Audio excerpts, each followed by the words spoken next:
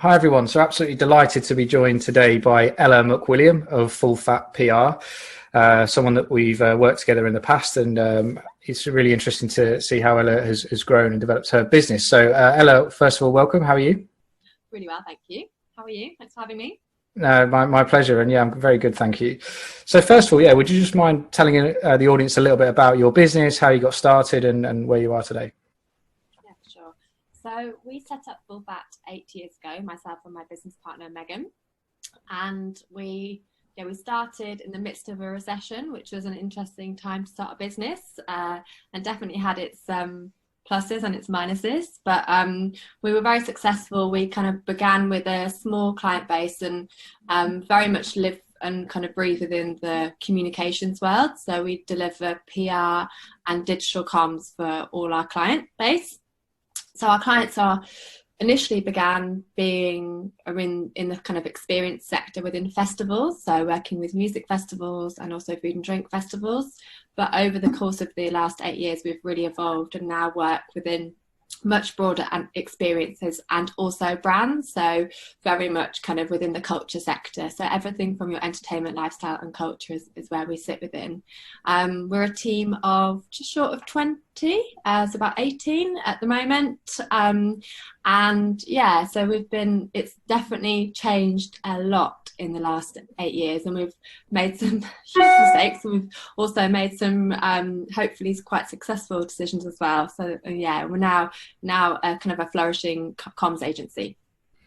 Amazing, yeah, and I'm sure you've made more successes than failures. I know it's difficult to keep a business going for 8 years, let alone obviously grow to the size you have. So yeah, that's great. And in terms of your sort of career progression to starting the business, like you say, in the recession, was it something you always intended to work within PR and then go out on your own, or is it something that happened organically because of something? So no, I always knew that I wanted to set up a business. I think I had that in my mindset, but I had no idea that I would do it at such a young age as well. So I think we set up Full Fat when I was 25. The reason, or 24, the reason being was that we were all working, myself and Megan were working at another agency, and that agency was due to actually kind of change direction, and then ultimately it was going to fold, and we had a bit of insight into that. But our team and our kind of projects were working really successfully. So we made the decision at that point, when we knew that our jobs weren't going to be there anymore, to actually set up Full Fat. And it was interesting because that first year it's almost like an incredible year, because you've got so much support from the people and projects that you've worked with over the last couple of years. And to be honest, we hadn't been doing PR for that long. I think I'd been doing it for around 2 or 3 years, Megan maybe 3 or 4. So we were still quite early on in our careers, but there was an opportunity, and we saw that opportunity and we took it. And perhaps a bit of naivety sometimes is actually quite good. It just kind of almost takes away any fear, and we decided to do it. And that first year was amazing. And then year 2, I feel like that was the hard year. That was when kind of all your favours and everyone you're embedded, you're no longer a new agency. So that's when you really have to think strategically about who you want to work within. And that's when we started to begin to diversify and going away from just working within festivals. Festivals is obviously very seasonal. It's a very summer projects. And we knew that, we had incredibly busy months. So like 6 months of absolutely full on work. And then the months, after that were actually a lot quieter, and it just almost felt like we were really missing a trick. And then so we diversified quite quickly, and also because of the music festivals, their general programming became quite different. So they started to operate much more within the food, and making sure that was a really big part of their offering, and then also kind of talks and experiences and looking at what drinks people offer. So about year 2 or 3 into the agency, we got approached by a global drinks brand who had seen the work that we were doing within the festival landscape, and they wanted to activate within festivals. It was called Russian Standard Vodka, or it's called Russian Standard Vodka, and we still work with them to this day. And it was very much about them kind of being used to work in a very kind of typical, quite a corporate environment with regards to PR, and they really enjoyed our approach. It was just a bit different, and it was very much true to what we how we like to work, and the results were amazing. You know, we had a really incredible deal that we organised with Time Out, which was a paid deal. We had front page coverage, did a whole wraparound for not a huge amount of money. So we started to explore going into kind of paid world as well, and kind of working in a slightly different way than traditional PR agencies. And off the back of that project, we then ended up working with them on their global comms and doing UK PR, but also toolkits for their across the entire territories that they were operating within. So it was a real big turning point for us. And then we started to work more and more with brands. So in answer to your question, it was kind of fortuitous, but I always think if you see an opportunity, you've just got to really take that risk. And I think taking calculated risk is really, really important when you're setting up your businesses and when you're developing your businesses, and changing it, not being afraid to change. Yeah, brilliant. And that's really interesting what you say there about going in slightly naively, but actually using that as a positive. And I've heard that quite a few times in speaking to other small business owners as well.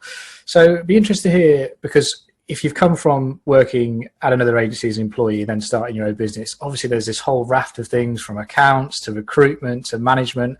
How did you go about learning those skills? Was it something you actively look to develop, get a mentor, or is it literally something you've just taken step by step and developed your own method of management? It was definitely a step-by-step process, and we going back to my original point, we definitely didn't get it right initially. We went through about 3 or 4 accountants before we found someone that we could really trust and felt that they were giving us sound advice and also at a reasonable price. And then in terms of kind of the back end, we were working with a bookkeeper, and we worked with the bookkeeper quite early on because we felt like our skill set wasn't within that area, and actually, you know, investing in that part of your service is going to alleviate your time in quite a big way. And so naturally we're across all of the finances in those, you know, always, but you've got someone to actually managing the day to day. Another thing that we did was that we learned a lot from our previous agency and how not to do things, and kind of really looking at ways that we could kind of learn from the things that we saw, which we think actually, you know what, you could do something slightly differently and it would have pay dividends in the future. And one of the things was making sure that, you know, your finances are tight, and, you know, what you're invoicing is you know, it's calculated per your time, and you're being really considered about it, and actually, you know, making sure you're charging out at the right rates, but also being really transparent with that. So building those systems, but, you know, it did take a few years to get there, absolutely. And in terms of mentoring, you know, myself and Megan, we had similar inexperience, if you like, with setting up a business, but actually we were able to kind of lean on kind of people and industries and groups and kind of people who had lots of advice, you know, researching where we could. So it was, you know, there is a lot of resource out there. You just have to go and find it. Sure. So you mentioned utilising, like you say, accountants and bookkeepers early on to outsource some of that work to keep your time focused. So I'd like to explore that a little bit more, because certainly from what my relatively limited knowledge of PR agencies, it's a very busy, fast-paced environment. How do you manage to maintain your focus and make sure that you have the time to be able to deliver like sort of deep, focused, high productive work? Yeah, I mean, I have to say, initially we did not do that. We would literally did everything, and you know, I look back on it and I don't quite know how we were able to do it. And I think maybe the high energy that you have in your 20s, and, you know, still in my 30s, I have that high energy, but it's just slightly different. It's slightly more considered. But I definitely feel like we just got on with it, and we were not afraid to just literally, and we did work long hours initially, we did, but we still had a life outside of work. It wasn't just all consuming. Can't remember what your question was initially.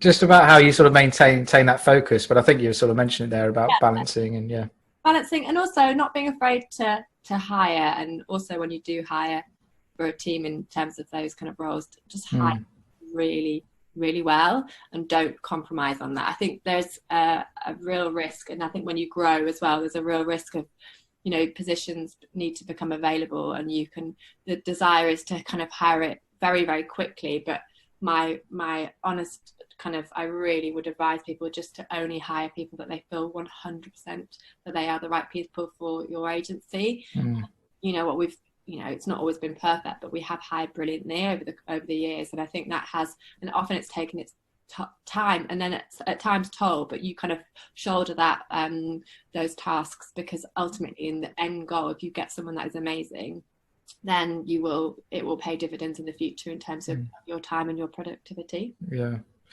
So just on that point then, what have you found in terms of methods of recruitment that have really worked well for you to make sure you find that good quality fit for your agency?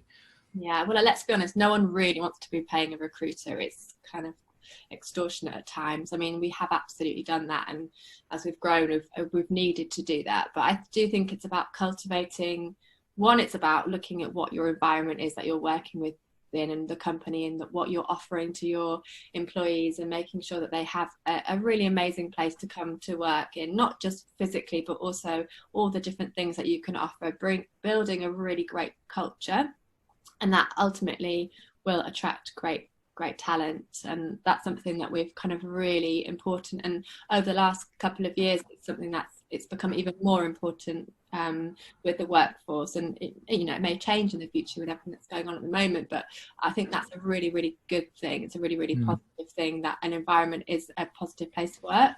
So one of the things that has been probably our most successful move was actually we introduced flexible working about 2 years ago, and it was for everyone. It was not exclusive to any circumstance. It was purely to, didn't matter what level you were working at, you had the ability to start work later or earlier, depending on what your choice was, and again finish later or earlier. We did implement some structure, so therefore it was like a core hours, so around 10 to 4 or something like that, whereby you have core hours that you're kind of expected to be in. And you know what, we may even reevaluate that and kind of look at that in future. Also work from home days, making sure people are able to do that. And I think it all goes down to trusting your team and making sure, if people feel trusted and, they're enjoying their role and they've got responsibility that they're able to do it, and they've got the tools to be able to do what they can do, it really doesn't matter at what point of the day they do it or where they do it. So I think it's going to be an incredibly interesting time going forward with regards to kind of the work and office environment. And I think the rule book is going to be completely thrown out the window. Yeah, absolutely. And you're talking there about accessing talent, and I suppose with that remote offer, that it opens up the ability to do that. So that's just touching on that remote working aspect. Then that's something that, do you think you'll look to do more of that, or do you see across your industry and the clients that you work with remote working just becoming more prevalent, and video calls like we're on now, for instance, just literally becoming the norm now? Yeah, I think I don't want it to go completely to how it is right now, in terms of not having an office space or a community space that people can go in. And I do think that human contact is really, really important. And I do think a Zoom call cannot be replaced by a face-to-face meeting. I think there's time and a place. So I think there's certain things that may be lost from that, not having that face-to-face contact. However, I think it needs to be in a much more individual basis. And also I think it should be in a much more kind of there's potential to be like a part-time office environment. So we've actually just been discussing it at the moment with my business partner and our 2 partners, and really looking at what we want to do going forward from an office environment. It's also really important to think about that your environment that you're living in is not necessarily the same as someone else's, and therefore not everyone likes to work from home, and not everyone is more productive at home, whereas other people absolutely love it. So it's trying not to be too, it's being a bit more general, giving people the choice, I think is quite good. But with certain, I think it is also important to have terms within that, just because people also quite enjoy a bit of structure to their days and a bit of kind of guidance on what we can do and what we can do. So I haven't got the answer yet, but I feel like in a few months' time we'll be making some different decisions in regards to that. Yeah, it's a really interesting conversation, isn't it? I think a lot of business owners are having these same thoughts, and the sort of message I'm hearing, like you said there, is a bit of balance. I don't think anyone wants to go 100% fully remote and never see their teams again, but then there may be a bit more flexibility. So really interesting conversation.